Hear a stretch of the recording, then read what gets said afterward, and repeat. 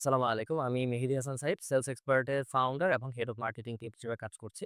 এছাড়াও marketing related বিভিন্ন কাজ করে আসছি গত ৫ বছর ধরে। আজকের আমি আপনাদের সাথে একটা এড এর স্ট্র্যাটেজি শেয়ার করব। যেখানে আমরা আ দেখতে পাচ্ছেন মে মাসের ১ তারিখ ২০২৫ মে না সরি মার্চ মাসের ১ তারিখ থেকে আ মার্চ মাসের ৩১ তারিখ পর্যন্ত। এখন আছি আমরা এপ্রিল মাসে অর্থাৎ গত মাসের ৩১ দিনে ক্লায়েন্টের জন্য আমরা স্পেন্ড করেছি $৫,৩৯৭.৯৫ যেটার বাংলাদেশী টাকায় কনভার্ট করলে হয়তোবা আপনার আ ৭,০০,০০০ থেকে ৳৭,১০,০০০ র একটা অ্যামাউন্ট হবে। এই ৳৭,০০,০০০ স্পেন্ড করে আমরা আলহামদুলিল্লাহ সেল নিয়ে আসতে পেরেছি ৬৭,৪৮,০০০ সামথিং। এটা হচ্ছে নূপুর। অনেকে জানেন নূপুর হচ্ছে ই-কমার্স বা কমার্স বিজনেস গুলোর অর্ডার ম্যানেজমেন্টের একটা ক্লাউড প্ল্যাটফর্ম। এখানে আমি এই যে অর্ডারের একটা ডেট দিয়ে দিয়েছি, হ্যাঁ? বা এখানে লাইফ টাইম এর রেজাল্ট দেখা যায়। আমি কাস্টমার একটা ডেট দেখছি সেটা ২০২৫ সাল মার্চ মাস ১ তারিখ থেকে মার্চ মাসের ৩১ তারিখ পর্যন্ত অর্থাৎ গত মাসের রিপোর্টটা আমরা দিচ্ছি। আম যেখানে এখন পর্যন্ত ক্লায়েন্টের পেন্ডিং আছে $৬৭ অর্থাৎ এই মানুষগুলো হয়তোবা এখনো বলছে যে আমরা কিছুদিন পরে নিবো, পরে নিবো। যার কারণে এগুলো এখনো কনফার্ম হয়নি। ডেলিভারি টিমও জানে। এখানে ক্যানসেলড অ্যামাউন্টটা অর্থাৎ এরা হয়তোবা ফোন একদমই ধরে নাই ৩-৪ দিন ফোন দেওয়ার পর বা আ মুখের উপর বলে দিছে, "না আমরা কোনো অর্ডার করি নাই বা আমরা পার্সেল আর নিবো না।" এই ধরনের কোনো ইস্যু হতে পারে।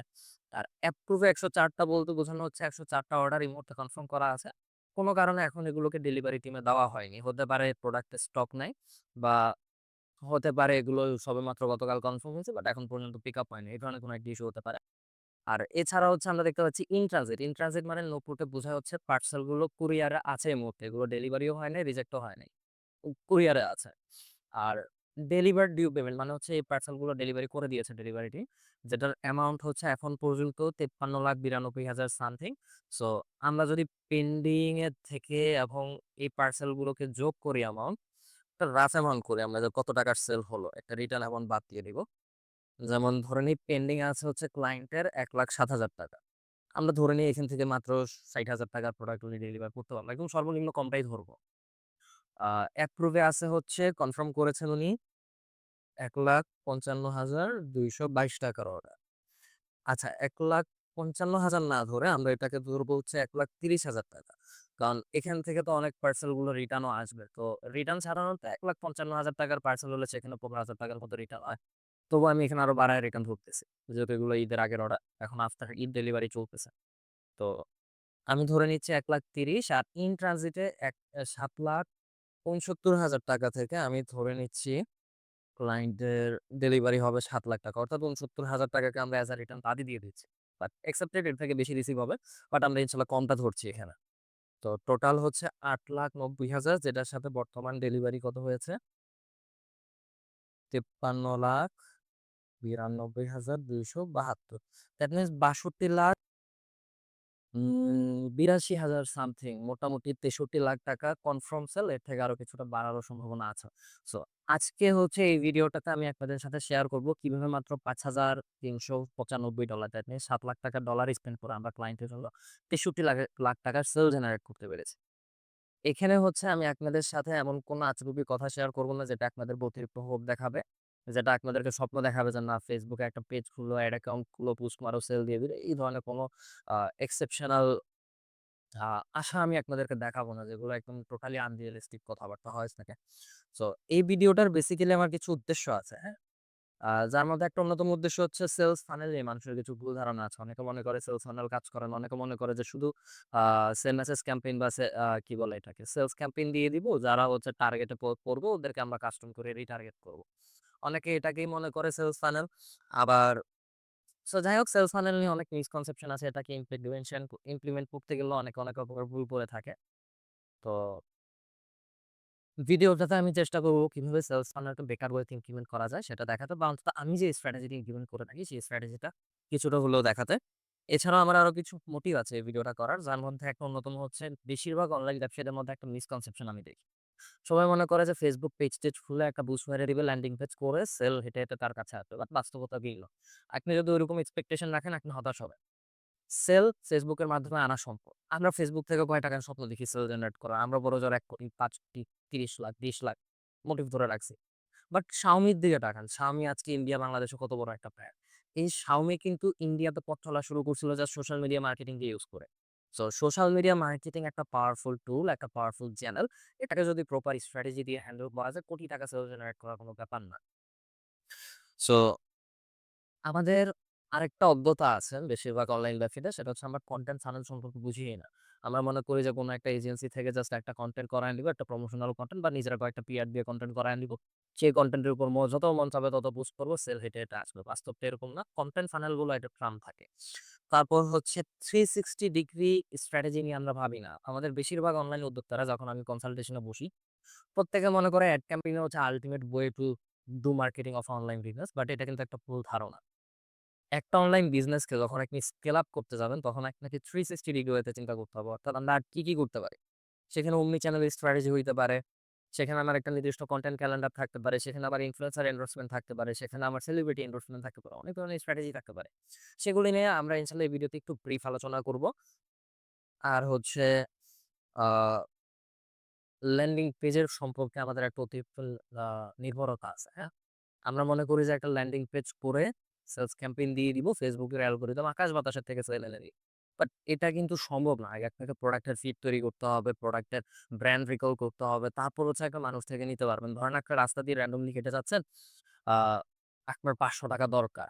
আপনি রাস্তায় কিন্তু যে কাউকে গিয়ে যদি জিজ্ঞেস করেন যে, "ভাই আমাকে ৳৫০০ দেন।" কেউ দিবে না। সবাই আপনাকে ভিক্ষুকের মতো ট্রিট করবে। ২-১ জন হয়তোবা ৳১০-৳২০ দিয়ে তাড়ায় দিবে, "ভাই সরেন।" কিন্তু আপনি যদি আপনার পরিচিতদের কাছে গিয়ে বলেন যে, "ভাই আমার তো একটা প্রয়োজন, আমাকে ৳৫০০ দেন।" কেউ কিন্তু আপনাকে না করবে না। সো এই যে স্টোরিটা বললাম টাকা চাওয়া, আমরা কিন্তু কাস্টমারের কাছ থেকে টাকা চাচ্ছি। অথবা তাকে একটা প্রোডাক্ট বা সার্ভিস দিতে চাচ্ছি। বাট প্রোডাক্ট বা সার্ভিস কিন্তু আমার থেকে না নিয়ে মার্কেটে আরো অনেকের কাছ থেকে নেওয়ার অপশন থাকে ক্লায়েন্টের কাছে, কাস্টমারদের কাছে। কিন্তু আমার থেকে কেন নিবে? অর্থাৎ আমার সাথে তার ট্রাস্ট থাকতে হবে, পরিচিতি থাকতে হবে। সেই রিকল সহ অনেক স্টেপ পার করে তারপর সেল আসে। যেমন আমার এই এড গুলো দেখতে পারেন। এখানে বেশিরভাগ জিনিস আমি ব্লার করে রাখছি। এর অন্যতম কারণ হচ্ছে একটা বিজনেস কত টাকার এড ক্যাম্পেইন করে কত টাকা সেল পেয়েছে, কয়টা পার্সেল সাকসেসফুল ডেলিভারি, কত টাকা রিটার্ন আসলো, কত টাকা স্পেন্ড হলো, সবকিছু কিন্তু একটা বিজনেসের ইন্টারনাল ডাটা। তো আমার কাছে সবচেয়ে গুরুত্বপূর্ণ হয়ে থাকে আমার ক্লায়েন্টের ডাটা। সো আমি চাবো না কোনোভাবে আমার ক্লায়েন্টের টাকা কনফিডেন্সিয়ালিটি নষ্ট হোক। দিস ইস ওয়াই এখানে অনেক কিছু আমি ব্লার করে রাখবো। বাট যতটুকু পারছি আমি আপনাদেরকে দেখানোর চেষ্টা করব। ওকে? সো আমরা হচ্ছে মার্চ মাসের ১ তারিখ থেকে ৩১ তারিখের ফিল্টারে আছি Facebook এর অ্যাড ম্যানেজারে। এখানে হচ্ছে দেখতে পারতেছেন আমি ২ টা ক্যাম্পেইন এ সবচেয়ে বেশি এক্সপেরিয়েন্স করছি। এখন ২ টা ক্যাম্পেইনই সেম মেসেজ দেয়। অর্থাৎ উনার সেল জেনারেট করেছি আমরা সেম মেসেজের মাধ্যমে। এখন অনেকেই মনে করে যে সেল মেসেজ দিয়ে আসলে সেল স্কেল আপ হয় না। উনার কিন্তু সেল স্কেল আপটাই আমরা করছি সেল মেসেজে। যেমন তার আগের ২ মাস যদি আমি দেখাই যে জানুয়ারির ১ তারিখ থেকে ফেব্রুয়ারির ২৮ তারিখ ২ মাসে আমরা স্পেন্ড করছি মাত্র $৩,১৮৫ এই ২ মাস যে আমরা বসেছিলাম বিষয়টা এরকম না। এই ২ মাসে দেখতে পারেন আমরা অনেক রকমের স্ট্র্যাটেজি গুলো টেস্টিং করেছি যেটা কিন্তু এখানে চলে আসি যে দেখতে পাচ্ছেন এনগেজমেন্ট ক্যাম্পেইন। এনগেজমেন্ট ক্যাম্পেইন মানে হচ্ছে সেল মেসেজ ক্যাম্পেইন করা হয়েছে এনগেজমেন্ট ফরম্যাট থেকে। তো এখানে হচ্ছে দেখতে পাচ্ছেন টোটাল ৪ টা অডিয়েন্স। প্রতিটা ক্যাম্পেইন এর ভেতর আমি একটা করে অডিয়েন্সকে ডিফাইন করছি। অ্যান্ড আমাদের ক্লায়েন্টের হচ্ছে প্রোডাক্ট চেইন অনেক লম্বা। প্রায় ৪৫ থেকে ৫০ টার মতো প্রোডাক্ট ওনার। সো আমরা কিন্তু সব প্রোডাক্ট নিয়ে ফ্রন্ট লাইনে আসতেও পারি নাই। জাস্ট ১০ থেকে ১২ টা প্রোডাক্ট আমরা এই ২ মাস যাবত টেস্ট করেছি। সেখান থেকে ৫-৭ টা প্রোডাক্ট উইনিং ছিল। মার্কেটে একটা ফিট তৈরি হয়েছে। কাস্টমারের ভিতর আমরা ডিমান্ড তৈরি করতে সাকসেসফুল ছিলাম। এবং সেই প্রোডাক্ট গুলোই আমাদেরকে এত বড় সেলটা দিয়েছে। তো এখানে দেখতে পাচ্ছেন আমরা ৪ টা সেল মেসেজ দিয়ে এখানে মোস্ট অফ সেল মেসেজ এই মুহূর্তে বন্ধ। নিচে আরো অনেক সেল মেসেজ আছে। এই যে sale message campaign, sale message campaign, sale message campaign. So ২ মাস যাবত কিন্তু আমরা অনেক রকমের সেল মেসেজ ক্যাম্পেইন ট্রাই করেছি এই ক্লায়েন্টে। টেস্ট করেছি যে কোন ধরনের অডিয়েন্স ট্রাই করা। আমরা মনে করি অডিয়েন্স টার্গেটিং বলতে বোঝায় জাস্ট আ ধরেন কথার কথা আমি টি-শার্ট বিক্রি করতেছি। Facebook এ আসবো টি-শার্ট এর কিছু কিওয়ার্ড দিয়ে এড ছেড়ে দিব। এটাই যদি উম জাস্ট এড হয় তাহলে আসলে মার্কেটারদের কোনো কাজ নাই। আবার অনেকে মনে করতেছে যে Facebook এ এআই চলে আসছে এখানেও আর মার্কেটারদের কাজ নাই, মার্কেটারের প্রয়োজন নাই, মার্কেটার জবলেস হয়ে যাবে। অনেক জুনিয়র মার্কেটাররা এই সেক্টরে আসতে ভয় পাচ্ছে। বাট এখানে বলে রাখি এআই আপনাকে যতই টার্গেটিং অটোমেশন করে দিক স্ট্র্যাটেজি কিন্তু একজন মার্কেটারের এখানে। এআই আপনাকে বানায় দিবে না। সো একটা এআই যত বেশি এনহ্যান্স হোক না কেন, এআই এর উদ্দেশ্য হচ্ছে আমরা মার্কেটারদের কাজ সহজ করা। আমাদের মার্কেটারদেরকে রিপ্লেস করা না। Just like calculator. ক্যালকুলেটর যখন ইনভেন্ট হইছে, হ্যাঁ? তখন কিন্তু ম্যাথমেটিশিয়ানরা জব হারায় না। বরং ক্যালকুলেটর ম্যাথমেটিশিয়ানদের জবের আ কাজ সহজ করে দিচ্ছে তাদের। সো এড ক্যাম্পেইন এ Facebook বর্তমানে যে এআই গুলোকে ইন্টিগ্রেট করতেছে সেটার উদ্দেশ্য হচ্ছে আমরা মার্কেটারদের এই স্ট্র্যাটেজি গুলোর ইমপ্লিমেন্ট কে আরো সহজ করে দেওয়া। তো আমি যেটা বলছিলাম, আমরা মনে করি যে টার্গেট অডিয়েন্স মানে হচ্ছে জাস্ট কিছু র‍্যান্ডম কিওয়ার্ড দিয়ে ছেড়ে দেওয়া। বাট বিষয়টা এরকম না। একটা টার্গেট অডিয়েন্সকে অনেকভাবে ডিফাইন করা যায়। আমাকে একজন কাস্টমারের টেমাটা তৈরি করতে হবে।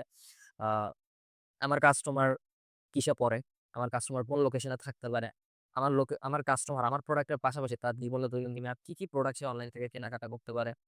তার পছন্দ কি, তার অপছন্দ কি, তার লাইফস্টাইল কেমন, সে কোন টাইপের রেস্টুরেন্টে বসতে পছন্দ করে। এই যে ওভারঅল জিনিসগুলো এগুলো কিন্তু একটা কাস্টমারের ডেমোগ্রাফি। আমরা হচ্ছে বেশিরভাগ ক্ষেত্রে মিস্টেক করি কি এই ধরনের কোনো ডেমোগ্রাফি তৈরি না করেই এক ক্যাম্পেইন এ চলে আসি। কিছু ইন্টারেস্টেড কিওয়ার্ড দিয়ে এক ক্যাম্পেইন ছেড়ে দেই। যার কারণে মোস্ট অফ অনলাইন বিজনেস গুলোতে যেটা ঘটে, সেলস স্কেল আপ করার চেষ্টা করে বাট সেলস বাড়ে না। উল্টো বাজেট বাড়ালে সেলস কমে যায়। এটা হচ্ছে একটা অন্যতম কারণ বিকজ আমরা অডিয়েন্সকে টেস্টিং করি না, অডিয়েন্সকে বড় করার চেষ্টা করি না। এখানে দেখতে পাচ্ছেন আমরা প্রায় ৭-৮ রকমের অডিয়েন্সকে টেস্ট করেছি যে প্রতিটা এনগেজমেন্ট ক্যাম্পেইন কিন্তু একেকটা আ অডিয়েন্স আলাদা, আলাদা সেল মেসেজ তো প্রতিটাকে টেস্ট করে আমরা জানুয়ারি মাসে মোটামুটি অনেকগুলোকেই টেস্ট করছি। করার পর এবার চলে আসি মার্চ মাসে। মার্চের ১ থেকে ৩১ তারিখ। হ্যাঁ। আমরা হচ্ছে শুধুমাত্র সেন্ড মেসেজ ক্যাম্পেইন রাখতে পেরেছি কয়টা? একটা সেন্ড মেসেজ ক্যাম্পেইনকে অ্যাক্টিভ রাখতে পারছি। এটা আবার এই মাসে অ্যাক্টিভ, এটা গত মাসে অ্যাক্টিভ ছিল না। তো আমরা শুধুমাত্র ২ টা সেল মেসেজ ক্যাম্পেইনকে অ্যাক্টিভ রাখতে পারছি। অর্থাৎ ২ টা অডিয়েন্সের উপর এড অ্যাক্টিভ রাখতে পারছি। আর ৭-৮ টা যে অডিয়েন্সকে টেস্ট করলাম ওরা সেইভ। এখন এই যে ২ টা অডিয়েন্স পাওয়াটা জন্য কিন্তু আমরা ৭ জনের পেছনে স্পেন্ড করছি। তাই না? আমাদের টেস্টিং করাতে আমরা জানতে পারছি যে আমাদের মোস্ট ইন্টারেস্টেড অডিয়েন্স কারা, ওদের ডেমোগ্রাফিটা কি। দেন হচ্ছে আমরা মার্চ মাসে এসে ওদের উপর বিজনেসটাকে স্কেল আপ করে ফেলছি। অ্যান্ড অনেকেই জানেন মার্চ মাস হচ্ছে আমাদের রমজান মাস ছিল। রমজান মাসে কিন্তু প্রতিটা অনলাইন বিজনেসের সেলস অনেকটা চেপে যায়। আর এই বছর বেশিরভাগ অনলাইন ব্যবসায়ীরা প্রচন্ড মন খারাপ করছে। বিকজ মেক্সিমামদেরই শুনলাম যে এবার এক্সপেক্টেড সেল পায় নাই। আর মাঝারি সাইজ যতগুলো বিজনেস আছে যারা প্রতি মাসে ৮,০০,০০০, ১০,০০,০০০, ১৫,০০,০০০ টাকা বিক্রি করে প্রত্যেকেই হয়তোবা তাদের রেগুলার সেলস এর ভিতর আটকে ছিল। আর নয়তোবা দেখা গিয়েছে এড এর বাজেট বাড়াইছে অতিরিক্ত বাট সামান্য একটু সেল বাড়ছে। এরকম একটা সিনারি। বাট আমাদের ক্লায়েন্টের ক্ষেত্রে কি হয়েছে? আমরা মোটামুটি ৩ গুণ বেশি স্কেল আপ করেছি এই ১ মাসে এবং উনার নিয়মিত সেল থাকে মাত্র ১০, ১৫, ২০ লাখ টাকা সর্বোচ্চ। বাট সেটাকেও আমরা প্রায় ৩ গুণ বেশি স্কেল করতে পেরেছি। এটার একটাই কারণ আমরা টেস্টিং করেছি। সো এখানে হচ্ছে আমরা ফানেলিং এর একটা অন্যতম কন্ডিশন শিখতে পারছি যেটা হচ্ছে আমাদের অডিয়েন্স টেস্টিং করতে হবে ১ম এ। কেমন? আ এখন অনেকে বলতে পারেন যে, "ভাই আপনি তো সেন্ড মেসেজ ক্যাম্পেইন চালাইছেন। সেন্ড মেসেজ ক্যাম্পেইন না চালায় আপনি আ কি বলে এটাকে? সেলস ক্যাম্পেইন দিতে পারতেন। সেলস ক্যাম্পেইন দিলে আপনার ক্লায়েন্টের সেলস আরো বেশি আসবে এটা সেটা।" দেখেন, আমি কোথায় ক্যাম্পেইন চালাবো এটা ডিপেন্ড করতেছে আমার ক্লায়েন্টের আ টার্গেট অডিয়েন্সরা কোথায় থাকতে পছন্দ করে। যেমন আমার অডিয়েন্স আমার যে টার্গেট অডিয়েন্স যাদের থেকে আমি কনভার্সন নিয়ে আসবো, ওরা কোন মাধ্যমে আমাদেরকে সেল দিতে বেশি পছন্দ করে সেটার উপর ম্যাটার করে। যেমন এই যে এখানে দেখতে পারেন অনেকগুলো সেলস ক্যান্ডিডেট চালাইছি। এগুলো হচ্ছে বিভিন্ন রকমের টেস্টিং করেছি। তার মধ্যে মাত্র একটাই মুহূর্তে অ্যাক্টিভ আছে বাট রেজাল্ট খুব আহামরি ভালো না। এই যে দেখেন অনেকগুলো সেলস ক্যাম্পেইন আমরা চালাইছি। আমরা কিন্তু টেস্ট করছি। কেমন? বাট টেস্ট করার পরেও কি হইছে? আমরা অর্ডারটাকে প্লেস করি নাই বিকজ সরি আমরা হচ্ছে সেলস ক্যাম্পেইন স্কেল আপ করিনি বিকজ আমরা দেখতে পাচ্ছিলাম যে সেলস ক্যাম্পেইন থেকে আমাদের টার্গেট অডিয়েন্স গুলো সেন্ড মেসেজের মাধ্যমে অর্ডার দিতে বেশি ভালো ফিল করছিল। সো কাস্টমার জার্নি আরো বেশি ইজিয়ার ছিল। সো আমরা এখন থেকে এই জিনিসটা মেক সিওর করব। আমরা জাস্ট সবাই মনে করি যে বিজনেস স্কেল আপ করতে আ ওয়েবসাইট দরকার, ল্যান্ডিং পেজ দরকার, এটা সেটা। এরকম কিছু না। কাস্টমারের ভিতর যদি প্রোডাক্টের ফিট তৈরি করতে পারেন, কাস্টমারের ভিতর যদি আপনার ব্র্যান্ডের রিকল তৈরি করতে পারেন, আপনার যদি প্রোডাক্টের একটা স্ট্রং ইউএসপি তৈরি করে মার্কেটে যদি একটা গডফাদার লেভেলের অফার দিতে পারেন, আপনি যেভাবেই ক্যাম্পেইন চালান না কেন কাস্টমার আপনাকে খুঁজে বের করে অর্ডার দিবে। সো আমাদের ক্ষেত্রে যেটা ছিল আমরা মোস্ট কনভিনিয়েন্ট চ্যানেল পেয়েছি sale message. Most of customer Insta এবং ফেসবুকে মেসেজের মাধ্যমে আমাদেরকে সেল দিতে কনভিনিয়েন্ট ফিল করছিল। তো যার কারণে আমরা মার্চ মাসে সেল মেসেজের উপরে বিজনেস স্কেল আপ করি। তো এখন হচ্ছে কথায় আসি ফানেলিং টা কিভাবে করছি। আমি তো আপনাদেরকে দেখালাম যে ২ টা অডিয়েন্সকে দেখাইছি। হ্যাঁ? আ ২ টা অডিয়েন্সকে টেস্ট আমরা প্রায় ৭-৮ টা অডিয়েন্সকে টেস্ট করে ২ টা অডিয়েন্সকে উইনিং পেয়েছি। ২ টা অডিয়েন্সের উপর আমরা মার্চ মাসে বিজনেসকে স্কেল আপ করেছি। ইভেন দো এপ্রিল মাসও আপনারা দেখতে পারেন এই যে টুডে দেই এপ্রিল মাস। আ এখন পর্যন্ত $22 সারাদিনে এখন খুব বেশি না। ক্লায়েন্টের মোটামুটি $১৫০ এর মতো স্পেন্ড হচ্ছে। তো এটাকে ইনশাআল্লাহ আমরা আবার স্কেল আপ করব। যেহেতু ঈদের বন্ধে হচ্ছে আপনার প্রচুর স্টক জমে গিয়েছে। এগুলোকে ক্লিয়ার করার একটা ব্যাপার আছে। সো ইনশাআল্লাহ আমরা আবার স্টক করব। এই স্টক হচ্ছে স্কেল আপ করব। আ এইখানেও হচ্ছে দেখতে পারেন এপ্রিল মাসে এসে, হ্যাঁ? এপ্রিল মাসে কিন্তু আমরা সেই ২ টা অডিয়েন্সের উপরেই আ বিজনেসটাকে এখনো সাস্টেইন করতে পারছি। পাশাপাশি হয়তোবা আরো একটা অডিয়েন্সকে এর মধ্যে টেস্টিং শুরু করেছি। অর্থাৎ আমাদের বেশিরভাগ মার্কেটার বা অনলাইন ব্যবসায়ীরা যে ভুলটা করে একটা উইনিং কিছু পেলে সেটার উপর পড়ে থাকে। ওটাকে টেস্টিং এ মুভ ফরওয়ার্ড করা না। অর্থাৎ আমার কাছে ২ টা টার্গেট অডিয়েন্স থাকার পরেও আমি নতুন আরো একটা অডিয়েন্সকে খুঁজে বের করে তাদের উপর টেস্টিং শুরু করেছি। অর্থাৎ ২ টা অডিয়েন্স মিলে যদি আমাকে মাসে ৳২০,০০,০০০ সেল দেয়, ৩ টা অডিয়েন্স মিলে আমাকে ৳৩০,০০,০০০ সেল দিতে পারে। সো আমাকে মোস্ট পসিবল ওয়ে গুলা ট্রাই করতে হবে। সো আবার হচ্ছে মার্চ মাসে চলে আসি। যেহেতু হচ্ছে আমরা মার্চ মাসে এই ৳৬৩,০০,০০০ সেলের আ এড এর স্ট্র্যাটেজিটা ব্রেকডাউন করতে যাচ্ছি। সেহেতু আমরা আবারও মার্চ মাসে চলে আসি। মার্চ মাসে হচ্ছে আমরা ২ টা অডিয়েন্সের উপর সেম মেসেজ ক্যাম্পেইন চালাইছি। এখান থেকে যেকোনো একটাকে ওপেন করি। ২ টার ভিতরে একই প্রোডাক্ট থেকেই ক্যাম্পেইন চলছে। ২ টার ভিতরে একই কনটেন্ট চলছে। হয়তোবা কোনোটাতে কোনো কনটেন্ট অফ ছিল, কোনোটাতে কোনো কনটেন্ট অন ছিল। জাস্ট অডিয়েন্স এর মাইন্ডসেট বুঝে। একটা জিনিস মনে রাখবেন, আপনি একটা কনটেন্ট টেস্ট করার পর দেখছেন যে একটা পার্টিকুলার অডিয়েন্স সেই কনটেন্টটাকে পছন্দ করছে না। এর মানে এই না যে কি আপনার ওই কনটেন্টটা খারাপ। হতে পারে একটা যে অডিয়েন্সকে টার্গেট করেছেন ওরা পছন্দ করছে না। আপনাকে অন্য আরেকটা অডিয়েন্সের উপর নিয়ে যেতে হবে। সো এই জিনিসটা আমাদের এই ক্যাম্পেইনে অনেক ভালোভাবে আমরা নিজেরা অনুভব করতে পেরেছি। সো এখানে যে অ্যাড সেট গুলো দেখতে পাচ্ছেন, এখানে আমি এগুলো ব্লার করে রাখার কারণ হচ্ছে এখানে প্রোডাক্টের নাম লেখা, হ্যাঁ?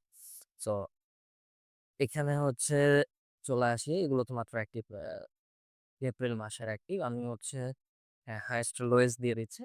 তো এখানে এই যে যতগুলো স্পেন্ডিং দেখতে পাচ্ছেন, এগুলো হয়তোবা বন্ধ ছিল মে মাসে, মার্চ মাসে বন্ধ ছিল। নয়তোবা হচ্ছে আমরা এপ্রিল মাসে এসে হয়তোবা এই অ্যাডসেট গুলোকে তৈরি করেছি। তো এগুলো হচ্ছে বন্ধ ছিল। এখানে প্রতিটা অ্যাডসেট মানে হচ্ছে একটা করে প্রোডাক্ট। কেমন? আমি আরেকটু ব্রেকডাউন করি ক্যাম্পেইনটা কিভাবে স্ট্রাকচার করেছি। একটা ক্যাম্পেইনের ভিতর একটা ক্যাম্পেইন মানে একটাই অডিয়েন্স। সেই অডিয়েন্স গুলোর উপর আমরা প্রোডাক্ট দিয়ে ডিভাইড করেছি। প্রোডাক্ট দিয়ে ভাগ করেছি। বিভিন্ন প্রোডাক্টকে টেস্ট করেছি। প্রতিটা অ্যাডসেট মানে একটা প্রোডাক্ট। আবার প্রতিটা অ্যাডসেটের ভেতরে দেখতে পাচ্ছেন ৮ টা একটা প্রোডাক্টের ৮ টা, অন্য আরেকটা প্রোডাক্টের এড কয় পিস ছিল দেখি। ১০ টা এড। সো প্রতিটা এড সেটের ভিতরে আমাদের ৭ টা ৮ টা করে এড কপি ছিল। এড কপি হচ্ছে মানে কনটেন্ট ছিল আমাদের। অর্থাৎ দেখেন আমাদের অনলাইন ব্যবসায়ীদের আরেকটা ভুল আমি ধরায় দিই। আমরা বেশিরভাগ অনলাইন ব্যবসায়ীরা মনে করি ২-৪ টা কনটেন্ট করলেই বুঝি ব্যবসা এমনিতেই চলা শুরু হবে, মানুষ কেনা শুরু করবে এটা সেটা হ্যান-ত্যান। বাট বিষয়টা এরকম না। আমাদেরকে প্রচুর পরিমাণে কনটেন্ট টেস্টিং করতে হয়। আপনি যদি আ মাসে ৳২০,০০,০০০ সেল জেনারেট করতে চান এবং আপনি যদি কনটেন্টের পেছনে প্রতি মাসে ৳২০,০০০-৳২৫,০০০ স্পেন্ড করতে সাহস না দেখান তাহলে তো আপনি পারবেন না কখনো জেনারেট করতে। তো এখানে হচ্ছে দেখতে পাচ্ছেন আমরা প্রতিটা কনটেন্ট এড সেট এর ভিতর অর্থাৎ প্রতিটা প্রোডাক্ট এর জন্য ৮ টা ১০ টা করে কনটেন্ট প্রিপেয়ার করেছি। সে কনটেন্ট গুলো টেস্টেড ছিল প্রতিটা কনটেন্ট আমরা টেস্টে ফেলেছি। কিছু কনটেন্ট আমাদেরকে কম খরচে মেসেজ এনে দিচ্ছিল অর্থাৎ রেজাল্ট এনে দিচ্ছিল। কিছু কনটেন্ট দিচ্ছিল না। সো এখানেই হচ্ছে ফানেলের একটা মজা যে কনটেন্ট গুলাকে আমি টাকা দিয়ে কষ্ট করে তৈরি করেছি বাট সেই কনটেন্ট গুলো আমাকে ভালো রেজাল্ট দেয়নি। ভালো রেজাল্ট বলতে আমরা সেন্ড মেসেজে কি বুঝি? কস্ট পার মেসেজ কম, হ্যাঁ? অর্থাৎ যেই মেসেজ গুলো বা যেই আ কনটেন্ট গুলো আমাকে কম খরচে রেজাল্ট এনে দেয় নাই, মেসেজ এনে দেয় নাই, সেগুলোকে আমরা কি করেছি? এখানেই হচ্ছে ফানেলের আরেকটা স্ট্র্যাটেজি দেখাই। এটা হচ্ছে যে অ্যাওয়ারনেস, এটা হচ্ছে আমাদের একটা ফানেল। আমাদের আরো কয়েকটা সেলস ফানেল ছিল অ্যাক্টিভ। সো আমি হচ্ছে আপনাদেরকে এই সেলস ফানেলটা দেখাই, এটাকে আমি কিভাবে করেছি। সো এই ক্যাম্পেইনটা মানে হচ্ছে আমাদের একটা রিটার্গেটিং অ্যাওয়ারনেস ক্যাম্পেইন। সেখানে আমরা কাদেরকে রিটার্গেট করেছি একটু দেখে আসি, হ্যাঁ? এখানে হচ্ছে আমাদের রিটার্গেটিং স্ট্র্যাটেজিটাও কয়েকভাবে কাজ করেছে। অনেক ধরনের অডিয়েন্সকে অনেকভাবে ঘুরে ফিরে রিটার্গেট করেছি। একটা অ্যাওয়ারনেস ক্যাম্পেইনে আমরা স্পেন্ড করেছি প্রায় $৩৩০। যেখানে আমাদের বেশিরভাগ ব্যবসায়ীরা অ্যাওয়ারনেস ক্যাম্পেইন মানেই মনে করে যে টাকা নষ্ট। যে আমি এত মানুষের সামনে এড দেখাই কি হবে? আমাকে কম খরচে মেসেজ এনে আমি সেল দিব। বাট মানুষরা যে মেসেজ দিবে, মেসেজ দেওয়ার পর তার ভিতর তো যথেষ্ট পরিমাণে আপনার ব্র্যান্ডের প্রতি ট্রাস্ট থাকতে হবে, আপনার প্রোডাক্টের প্রতি ক্রেভিংস থাকতে হবে, আপনার প্রোডাক্টের নিড তার ভিতর তৈরি হইতে হবে। অ্যান্ড আপনাকে সর্বোচ্চ পরিমাণ কাস্টমারকে রিচ করতে হবে। সো এই যে কাস্টমারকে রিচ করবেন, ওদের ভিতরে আপনার প্রোডাক্টের নিড তৈরি করবেন, আপনার ব্র্যান্ড রিকল তৈরি করবেন, ওদেরকে আপনার প্রোডাক্টের প্রতি একটা ক্রেভিংস তৈরি করাবেন। আপনার USP টা ওদের কাছে ডেলিভারি করবেন।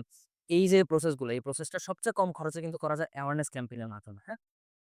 এবং অ্যাওয়ারনেস ক্যাম্পেইন এর মধ্যে আমরা ক্লায়েন্টের ২ টা অ্যাওয়ারনেস ক্যাম্পেইন চালিয়েছি যতটুকু আমার মনে পড়ছে। দেখি তো। হুম, এই অ্যাওয়ারনেসটা কি চলেছে? হ্যাঁ, এই যে এই অ্যাওয়ারনেস ক্যাম্পেইনটাও চলেছে।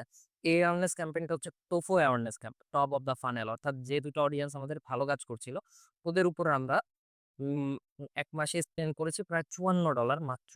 বাট বেশি স্পেন্ড করেছি কোথায়? আমরা রিটার্গেটিং ফানেলে। রিটার্গেটিং অ্যাওয়ারনেস ফানেলটা কি করেছি? এখানেও কিন্তু প্রতিটা এড সেট মানে একটা প্রোডাক্ট। কেমন? সো লেটস সে ধরে নিই এই এড সেটটাকে আমরা ধরি। এটার ভিতর কয়টা কনটেন্ট ছিল? এটার ভিতরে হচ্ছে কনটেন্ট ছিল ৭ টা। অর্থাৎ এই প্রোডাক্টের ৭ টা কনটেন্টই মানুষকে আমরা রিটার্গেট করে ছেড়ে দিয়েছি। এটা দেখি কয়টা? এটাতে মাত্র ২ টা ছিল। তারপর হচ্ছে এটা একটু দেখি, এটা এখনো অ্যাক্টিভ আছে এই মাসে। এটার ভিতর কয়টা কনটেন্ট? এটার ভিতর ৪ টা কনটেন্ট। সো আপনারা হয়তোবা এই যে আমার এড এর স্ট্রাকচারটা বা স্ট্র্যাটেজিটা এটা দেখে অন্তত অনুমান করতে পারতেছেন যে কনটেন্ট কতটা গুরুত্বপূর্ণ ভূমিকা রাখে সেলস স্কেল আপ এর ক্ষেত্রে। আমি যখনই বেশিরভাগ অনলাইন ব্যবসায়ীদের সাথে কথাবার্তা বলি, কনসালটেশন করি ওনাদেরকে, সবাই না আসলে কনটেন্ট জিনিসটাকে খুব কম গুরুত্ব দেয়। সবাই বলে যে, "হ্যাঁ ভাই, কনটেন্ট তো লাগবে, কনটেন্টের উপর কিছু নাই।" যখনই বলি, "ঠিক আছে, একটা প্রোডাক্টের জন্য এই টাইপের এতগুলা কনটেন্ট তৈরি করেন, এত টাকা ইনভেস্ট করেন কনটেন্টের পেছনে।" একদম প্রতিটা ব্যবসায়ী দেখে মুখ কালো হয়ে যায়। ওরা আরকি কনটেন্টের পেছনে স্পেন্ডই করতে চায় না। ওদের ভিতরে চিন্তা হচ্ছে কনটেন্টে এত টাকা খরচ না করে আ আমি প্রোডাক্টের জন্য ১০ টা কনটেন্ট করব না, ২ টা কনটেন্ট করব। ২ টা কনটেন্ট দিয়ে এড চালান। আমার অতিরিক্ত ৮ টা কনটেন্টের টাকাকে আপনি এড এ খরচ করান। নতুবা আমি বন্ধু নিয়ে একটু ঘুরে আসি। এরকম আরকি অবস্থা। যাচ্ছে এর হিসাব হচ্ছে সে কনটেন্টে খরচ করবে না। সে বন্ধু-বান্ধব নিয়ে গুলশানে খাইতে যাবে। বাংলাদেশের বেশিরভাগ ব্যবসায়ীদের এটাই আমি দেখে আসতেছি। সো আপনি যদি অনলাইন থেকে ভাই ভালো সেল জেনারেট করতে চান, আপনাকে ফার্স্টলি ফোকাস করতে হবে কনটেন্টে। আমি আপনাদেরকে এখানে প্র্যাকটিক্যালি দেখাইছি। জাস্ট ১ মাসে ৳৬৩,০০,০০০ সেল জেনারেট করার জন্য আমরা পার প্রোডাক্টে কতগুলো করে কনটেন্ট করেছি। অ্যান্ড কতগুলো প্রোডাক্টও টেস্ট করেছি। যেকোনো একটা সেল মেসেজ ক্যাম্পেইন এর ভিতর আবার আসি, দেখি কতগুলো প্রোডাক্ট। ১৪ টা প্রোডাক্টকে আমরা টেস্ট করে সেখান থেকে কয়টা প্রোডাক্টকে অ্যাক্টিভ রাখতে পেরেছি রমজানে? ১ টা, ২ টা, ৩ টা, ৪ টা, ৫ টা। আচ্ছা, ১ টা, ২ টা, ৩ টা, ৪ টা, ৫ টা, ৬ টা, ৭ টা, ৮ টা, ৯ টা, ১০ টা। আমরা ১৪ টা প্রোডাক্টকে টেস্টিং করে রমজান মাসে মাত্র ১০ টা প্রোডাক্টের অ্যাড অ্যাক্টিভ রাখতে পেরেছি। That means testing. যখন আপনার কাছে টেস্টেড ডাটা থাকবে, যখন আপনার কাছে উইনিং প্রোডাক্ট থাকবে, যখন আপনার কাছে উইনিং কনটেন্ট থাকবে, যখন আপনার কাছে একটা কনটেন্ট ফানেল থাকবে, যখন আপনার কাছে একাধিক উইনিং অডিয়েন্স থাকবে, তখন আপনি অনায়াসে এরকম ৪০, ৫০, ৬০, ৳৭০,০০,০০০ সেল জেনারেট করতে পারবেন। বাট বাংলাদেশের বেশিরভাগ উদ্যোক্তারা যেটা এক্সপেক্ট করে যে, আমি ২-৪ টা কনটেন্ট কোনরকম বানাবো, সেই কনটেন্টের উপর আমি ডলার স্পেন্ড করতে দিয়ে দিব। আমি $১০০ স্পেন্ড করব, আমার লাখখানিক সেল হয়ে যাবে। বাট বিষয়টা এরকম না। আপনাকে স্ট্র্যাটেজিক্যালি চিন্তা করতে হবে। মার্কেটিং, ডিজিটাল মার্কেটিং, ফেসবুকের অ্যাড, ফেসবুকের content, pixel, conversion API, Microsoft clarity, Google analytics এগুলো হচ্ছে সব জাস্ট স্ট্র্যাটেজি সেটআপের টুল। এগুলা আর কিছুই না। এগুলা সেলস জেনারেট করে না। সেলস জেনারেট করে স্ট্র্যাটেজি। সো একটা জিনিস মনে রাখবেন, আপনি যত টাকাই ইনভেস্ট করেন না কেন, এক ক্যাম্পেইনের পেছনে আপনি যতই কনটেন্ট বানান না কেন, আল্টিমেটলি আপনাকে কনসার্ন হইতে হবে আপনার স্ট্র্যাটেজি নিয়ে। কেমন? সো এই ভিডিওটা দিয়ে আমি বেসিক্যালি ক্লিয়ার করতে চেয়েছি কিছু মিসকনসেপশন। আমাদের অনলাইন ব্যবসায়ীদের কিছু মিসকনসেপশন, যেটা মনে করে যে একটা ল্যান্ডিং পেজ করে ২-৩ টা কনটেন্ট করে আমি অ্যাড ছেড়ে দিব। সেল হেডে এটা আসবে। বিষয়টা কিন্তু এরকম নয়। আমাদের একটা প্রপার ফানেলিং করতে হবে। আবার ফানেল মানেও আচ্ছা, ভালো কথা। আপনাদেরকে হচ্ছে আমি ফানেল করেছি। মুফু করেছি কাদের উপর এটাও একটু দেখাইয়া দেই। এটা দেখানোর আগে আমি আপনাদেরকে দেখাই ফ্রিকোয়েন্সিটা কোথায়। আচ্ছা, এখানে আরো একটা জিনিস দেখেন। আমাদের বেশিরভাগ উদ্যোক্তারা যারা নিজেদের অ্যাড নিজেরা চালান বা জুনিয়র মার্কেটার যারা, ওরা এড এনালাইসিস এর জন্য সাধারণত জাস্ট কয়টা কলাম ইউজ করে। অনেকে জাস্ট ভিডিও কলাম বা পোস্ট এনগেজমেন্টের কলামগুলোকে মিনিমালি এড করে না। এখানে বড়জোর মনে হয় ৮ টা কি ১০ টা কলাম আছে। বাট বিলিভ মি, একটা এড স্কেল আপ এর জন্য এই সামান্য ডাটা কিছু না। আপনি দেখতে পারেন আমি কি পরিমাণে কলাম এনালাইসিস করা লেগেছে। এই যে এখান থেকে শুরু করেই জাস্ট স্ক্রল করতে থাকি। দেখেন কতগুলো ডাটাকে, কতগুলো প্যারামিটারকে ধরে এনালাইসিস করে তারপর আমরা ডিসিশন নিয়েছি। যে কোন অ্যাডে বাড়াবো, কোন কনটেন্ট থাকবে, কোন কনটেন্ট থাকবে না, কোন অডিয়েন্স হুক হচ্ছে বেশি। এই ধরনের সবকিছু, এই যে প্রতিটা কিন্তু প্যারামিটার, এখানে অনেকগুলো প্যারামিটার 0 দেখাচ্ছে বিকজ এগুলা ক্যাম্পেইন অবজেক্টিভ এর সাথে যাচ্ছে না। অর্থাৎ এই প্যারামিটারকে আমি হয়তোবা সেন্ড মেসেজ এনালাইসিস করেছি বা ওয়েবসাইট ক্যাম্পেইন এনালাইসিস করেছি। কোন না কোনভাবে এনালাইসিস করেছি। সো এখন হচ্ছে আবার সামনে ফিরে আসি। আপনাদেরকে আমি একটা জিনিস দেখাই। কেন আমাদের রিটার্গেটিং টা গুরুত্বপূর্ণ? কেমন? একটু হাইয়েস্ট রিচ দিয়ে দেই। এখানে আমি আবার আপনাদের বলে দেই। এখানে প্রতিটা এড সেট মানে একেকটা প্রোডাক্ট। কেমন? এখানে আপনি দেখেন আমাদের এই ২ টা রিটার্গেটিং ক্যাম্পেইন এর ভিতরে আমরা রিচ করেছি ৩,০০,০০০ প্লাস ৩.৫ লাখ মানুষকে এবং ইমপ্রেশন দিয়েছি প্রায় ৯ লাখের কাছাকাছি। অর্থাৎ পার পারসন এর এড দেখার ফ্রিকোয়েন্সি ছিল ২.৫৬ অর্থাৎ অন এভারেজ এই ৬৩ এই যে সরি ৬৩ না, এই ৩.৫ লাখ মানুষ অন এভারেজে ২.৫ বার করে আমাদের এডটা দেখেছে। এটা ছিল আমাদের ২ টাই। এই ২ টাতে হচ্ছে আমার ক্লায়েন্টের একটা অফার ছিল। ঈদ স্পেশাল ২ টা অফার ছিল। সেই ২ টাকে আমরা প্রমোট করেছি। এবং এই ২ টাতে আমাদের রিটার্গেটিং ডাটা ছিল গেস কত দিনের? ৩০ দিনের মাত্র। আমাদের বেশিরভাগটা করে কি রিটার্গেটিং মানে করে দেয় পুরো ১ বছরের ডাটা। বা দেওয়া ৬ মাসের ডাটা, এটা কিন্তু ভুল। আপনার যদি ফানেলিং, আপনার যদি কনটেন্ট প্রপারলি কাজ করে, আপনার জন্য ৭ দিন এবং ৩০ দিনের ডাটাই মোর দ্যান এনাফ। সো এই ২ টাতে আমরা ৩০ দিনের ডাটাকে টার্গেট করেছি। আর বাকি যা দেখতে পাচ্ছেন সবগুলাতে হচ্ছে ৭ দিনের ডাটাকে কাজ করা। তো ক্লায়েন্টের ৭ দিনের ডাটায় আপনাদের আমি একটু ফ্রিকোয়েন্সিটা দেখাই, কি পরিমাণে আমরা ফ্রিকোয়েন্সি আনতে হয়েছে। কোনো একটা ক্যাম্পেইন এই যে ৭ দিনের কোনো একটা ক্যাম্পেইনে ৭ দিনের রিটার্গেটিং ক্যাম্পেইন, সেখানে আমরা স্পেন্ড করেছি কত? $৪৩। $৪৩ করে এটাতে আমাদের কনটেন্ট ছিল কয়টা? আচ্ছা, এটাতে মাত্র ২ টা কনটেন্ট ছিল। ২ টাই উইনিং কনটেন্ট ছিল, হ্যাঁ? ২ টা উইনিং কনটেন্টের উপর আমরা ইমপ্রেশন এনেছি প্রায় ৯.৫, অর্থাৎ গত ৭ দিনের রিটেনশন কিন্তু চেঞ্জ হতে থাকে। ডেইলি কিন্তু ৭ দিনের রিটেনশনটা সাইকেলটা নতুন করে ঘুরে। তো ৭ দিনে যত মানুষ আমাদের সাথে এনগেজ হয়েছে, আমি চেয়েছি শুধুমাত্র সেই নির্দিষ্ট মানুষকে দেখাতে, যারা গত ৭ দিনে আমার সাথে এনগেজ হয়েছে। সো এখানে দেখতে পারেন আমি ফানেলের মধ্যে কি করেছি, হিউজ পরিমাণ ইমপ্রেশন এনেছি। এখানে এই যে আরো একটা ইমপ্রেশন ক্যাম্পেইন যেখানে $৮, এখানে দেখি কয়টা অ্যাড ছিল? সরি, $৮ না, ৮ ফ্রিকোয়েন্সি। ৮ ফ্রিকোয়েন্সিতে এখানেও ২ টা কনটেন্ট। তারপর আরো একটা অ্যাড সেট একটু খুলে দেখি। এই অ্যাড সেটে হচ্ছে আমরা একটা প্রোডাক্ট প্রমোট করেছি, যে প্রোডাক্টের ৪ টা উইনিং কনটেন্ট এনে আমরা রিটার্গেটিং ক্যাম্পেইন ছেড়েছি ৭ দিনের, এবং সেখানেও ফ্রিকোয়েন্সি ৭+। সো এখন অনেকে ভাবতে পারেন যে, ভাই আপনি তো মফু চালালেন, এতগুলো অ্যাওয়ারনেস এ প্রায় কত ডলার খরচ করলেন ১ মাসে? প্রায় $৩৩০ আপনি খরচ করলেন। আপনি তো $৩৩০ কে সেম মেসেজে নিয়ে আসলাম, আর আরো মেসেজ আসতো, আরো বেশি সেল জেনারেট হতো, বা বিষয়টা এরকম না। এই যে আমার ১০,৯০০, ১০,৪০০, অর্থাৎ প্রায় কত? ২৬,০০০ মেসেজ ঢুকছে ১ মাসে। এই ২৬,০০০ মানুষ আমার থেকে পারচেজ করার পেছনেও আমাদের এই জাস্ট $৩০০ এর ভূমিকাটা খুব বেশি। এই $৩০০ কি করছে? আমার কিছু অডিয়েন্স এর উপর প্রচুর পরিমাণে ব্র্যান্ড রিকল তৈরি করছে। কিছু মানুষ যে আমার কনটেন্ট এর সাথে এনগেজ হচ্ছিল, তাদেরকে এত পরিমাণে এনগেজ করছে যে তারা আমার ব্র্যান্ডের বাহিরে অন্য কোথাও চিন্তা করতে পারে নাই। সো যার কারণে কি হয়েছে? যখনই সে জিনিসটাকে পারচেজ করেছে, তখনই সে আমার ক্লায়েন্টের থেকে এসে পারচেজ করেছে। আমরা কিছু ব্র্যান্ডের দেখি না যে সারাদিন ওই ব্র্যান্ডের এড চোখের সামনে ঘুরতে থাকে। যে Facebook এ যখনই ঢুকি ওই ব্র্যান্ডেরই এড আসে। আর অন্য কাউকে আমি দেখতে পারি না, বা দেখলেও ওদেরকে আমি রিকল রাখতে পারি না। যেমন কয়েকটা ব্র্যান্ডের নাম যদি বলি, যেমন ধরেন HF ফুড। আ ওদের এড আমি না হলেও দিনে ১০-১২ বার দেখি। বাট আমি লাস্ট কবে অনলাইনে কোনো কেনাকাটা করছি সেটা আমার নিজেরও মনে নেই। বাট ওরা আমাকে এড দেখাচ্ছে। কেন দেখাচ্ছে? যাতে ইন ফিউচার, আমি এখন কিনছি না, আমি হয়তোবা আজকে থেকে ১ বছর পর আমার একটা প্রয়োজন হতে পারে। আমি সময় বাঁচাতে অনলাইন থেকে অর্ডার দিব। সো অনলাইন থেকে যখন অর্ডার দিব, আমি যেন HF ফুড থেকেই নেই। এই জিনিসটা মেক সিওর করার জন্যই কিন্তু HF ফুড এত পরিমাণে রিটার্গেটিং ক্যাম্পেইন চালাচ্ছে। সো সেম, অলমোস্ট সিমিলার, ওনাদের খুবও সেম না, ছিল না এই ক্যাম্পেইনটা। অলমোস্ট সিমিলার ক্যাম্পেইন হচ্ছে আমার মফুর এই অ্যাওয়ারনেস ক্যাম্পেইনটা। এখন অনেকে বলতে পারেন যে, ভাই একমাত্র মফু দিয়ে আপনি সেলস ক্যাম্পেইন ছাড়তে পারতেন, আ সেন্ট মেসেজ ক্যাম্পেইন ছাড়তে পারতেন। ওইটা ছাড়ি নাই, বিকজ কারণ হচ্ছে আপনারা দেখেন মফুর অ্যাওয়ারনেস দিয়ে আমার কি পরিমাণে মেসেজ আসছে। মফুর অ্যাওয়ারনেস ক্যাম্পেইন এই তো পেয়ে গেছি। মফুর অ্যাওয়ারনেস ক্যাম্পেইন দিয়ে ১ মাসে আমার মেসেজ আসছে ৯৪১ টা। জাস্ট $৩০০ স্পেন্ড করে, $৩৩০। সো মানুষ আমার অ্যাওয়ারনেস এড দেখে এতটাই ব্র্যান্ড রিকল হচ্ছে যে সে সেখান থেকেও মেসেজ দিচ্ছে। অর্থাৎ যে প্রোডাক্টটাকে খুঁজে বের করতেছে যে প্রোডাক্টটা আমি এখন কিভাবে নিতে পারি। সো এই যে ব্র্যান্ড রিকলটা তৈরি করা, আপনার প্রোডাক্টের প্রতি একটা ক্রেভিংস তৈরি করা, আপনার প্রোডাক্টের প্রতি ট্রাস্ট তৈরি করা, আপনার একটা USP তৈরি করা, সবকিছুর পেছনে হচ্ছে কি এড এর এই স্ট্র্যাটেজি গুলা। কেমন? এখন কনটেন্ট ফানেল নিয়ে একটা ওয়ার্ড আমি অনেকবার ইউজ করছি। অনেকেই জানেন, অনেকে জানেন না। যারা জানেন না ওদের সুবাদে আমি একটু বলি।